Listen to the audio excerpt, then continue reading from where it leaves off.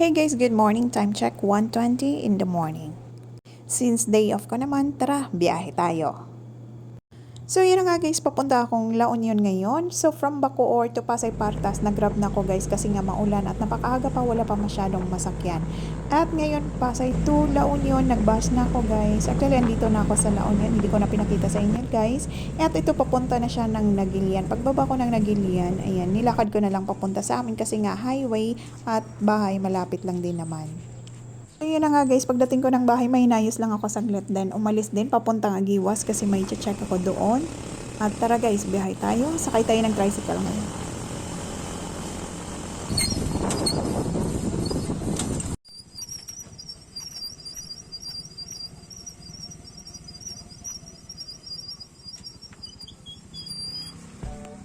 So yun na nga guys, after ko mag-Agiwas, umuwi ako. Then ayan, mag-ikot-ikot muna tayo dito sa mga pananim, kung ano yung pwede nating madala dito mamaya.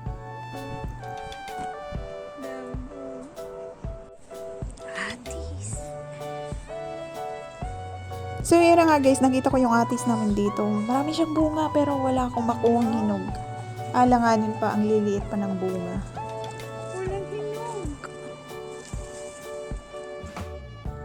Alright, so dito naman sa bandang likod guys, may star apple, may puno ng avocado. So tatlong puno ng avocado guys, wala pa yan ang babata pa. At may siniguelas, hindi ko naabutan yung bunga ng siniguelas. Ngayon nakikita ko na lang ang kapal na ng mga dahon.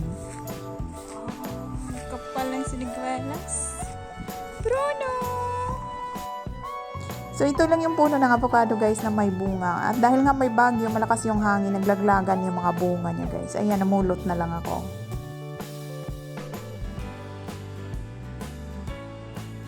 Bagong bunga na naman yung saging.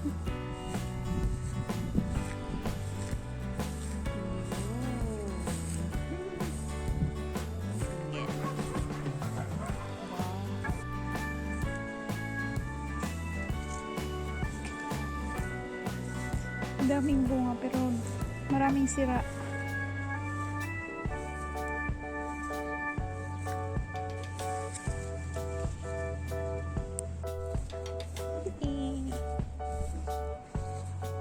Mangga.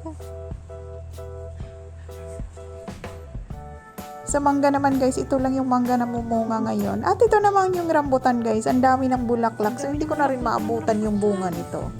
So ayan, naikot ko na lahat. At ito na nga, magre-ready na ng lunch. Ayan, tara, luto na tayo. So ito na yung lunch namin guys, adobong paa ng manok, kamote top salad, tapos tuyo. Tara, kain tayo. So yun na nga guys, hindi nga natuloy yung pag-uwi ko agad. Ayun, napalipas pa ako ng isang araw. At tinuloy ko na yung pagka-garden guys. Inayos ko yung mga pananim, ayan. At nagpalinis na rin dito sa labas. At nakakuha ko ng avocado guys para may madala akong prutas. At syempre guys, pinadala nila ako ng labong. At the best part ng labong guys ay saluyot. Ayan, nanguha na ako ng saluyot sa likod.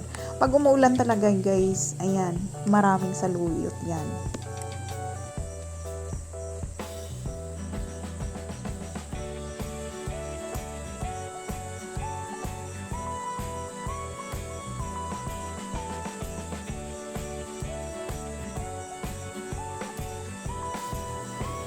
So, ayan lang guys. Ayan, tapos ang 2 days off. At tara, biyahe ulit tayo, balik Manila. Alright guys, bye-bye. Ingat kayong lahat.